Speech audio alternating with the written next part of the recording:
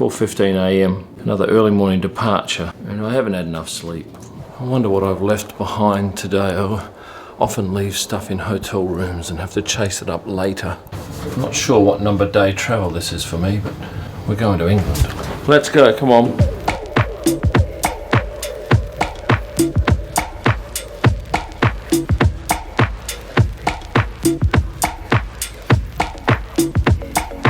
Just a beautiful morning in Bucharest. There's a very light breeze, lovely temperature, lovely hue in the sky.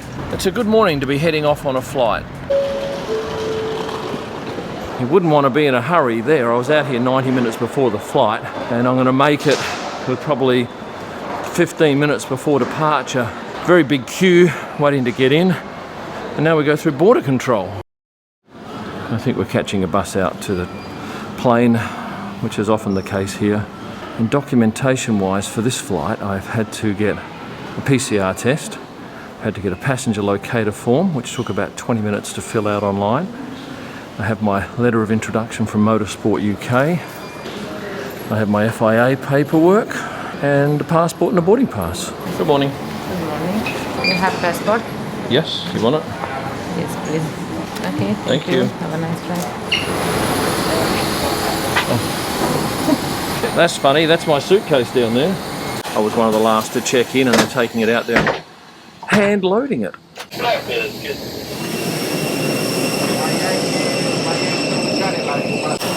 Hello. Oh, that's fantastic. Well, it looks like there's only about 35 people on this flight, and I'm guessing that the aircraft seats 200 on. But I am quite excited about this weekend. I'm not normally excited about Silverstone, but I think with the sprint race, with the full crowd, Lando, Lewis and George being hometown heroes, I think there'll be some good stories.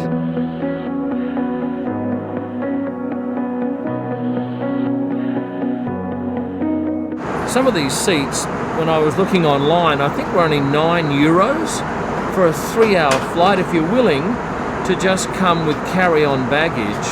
That's a hell of a saving. I think there's taxes on top of that. I ordered a Turkish sandwich. If you take the top slice of bread off, it's not so bread heavy.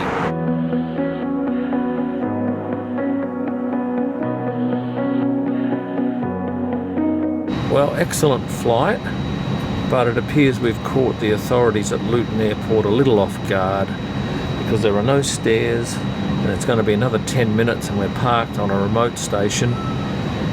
So we get to enjoy the surrounds of this aircraft. Turns out there were 70 passengers on an aircraft with 240 seats, not 35, but still.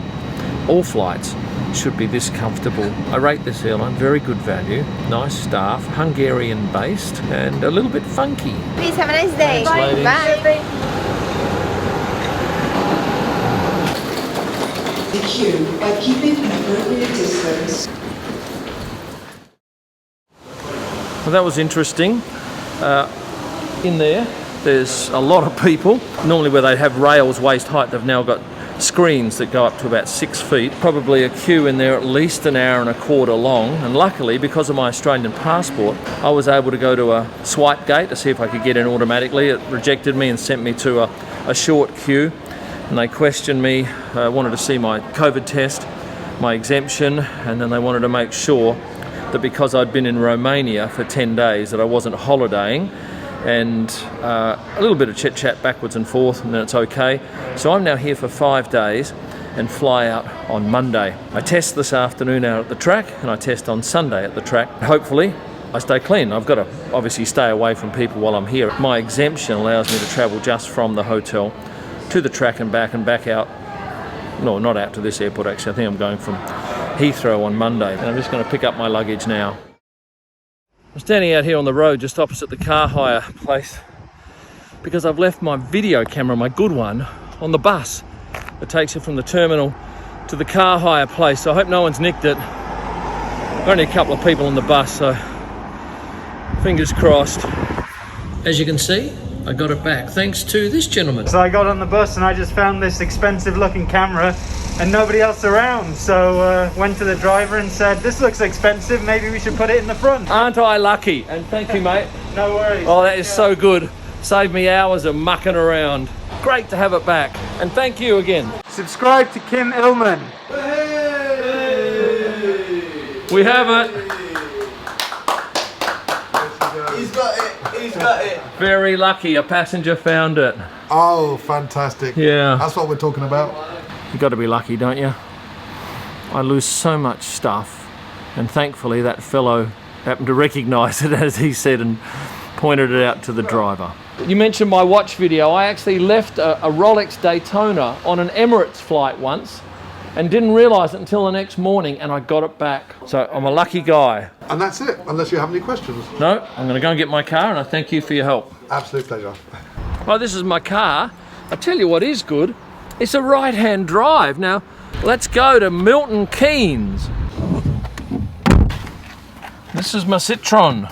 Now, how am I going to go driving on this side of the road? Because I'm normally used to it in Australia, but I haven't driven on this side for many months.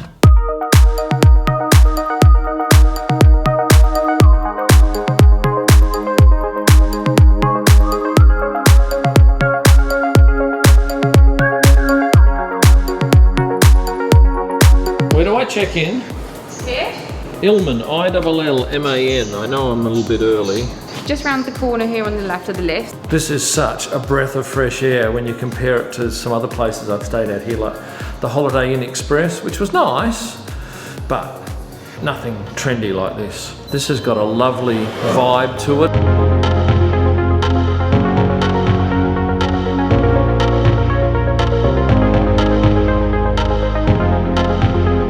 This is me. I like it. I like the funkiness of it.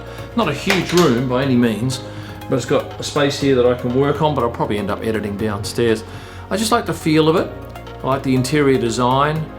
Hasn't got a great view, but realistically, I can live without that for 5 nights. It's nice to be back in England. I think a hotel really makes a huge difference to the way you perceive a country, because I've stayed at a couple of pretty ordinary places here, and one that was crazy expensive and no better than a motel really. But this place, it's got a lovely feel to it. This is interesting. You'll see this is an F1 red zone in the foyer of the Moxie Hotel here in Milton Keynes. There's a green zone just up there. Now what's happening here is F1 have staff at this hotel, and some of them are allowed in the paddock and some of them aren't. So the ones that are in the red zone, and they can't mix with the ones that aren't allowed in the paddock. They have to stay in the green zone. That's the first time I've seen that, where the F1 staff have to stay separately.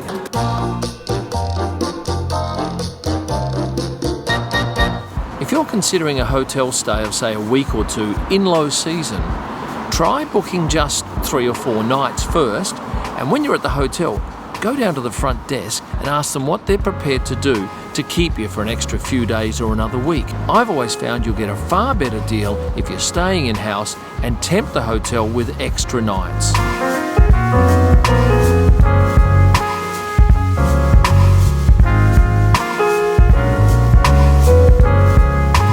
Hey, if you've liked the video, and the fact that you've stayed till almost the end suggests that I think you've liked it, please hit the like button, subscribe if you haven't done so, notifications with the bell, and if you want to see some exclusive content, join up as a VIP member on the channel. Just hit the join button. You need to do it on a laptop. You'll find all of my digital images at prostarpics.com. You can download them for editorial or personal use. You'll find a host of merchandise at kimillman.com, along with my F1 photo books, which are sent to almost every country in the world. And for my best images live from the track and all during the week, head to Instagram and search at Kim Illman. I urge you to do that. Thanks for watching, and stay passionate.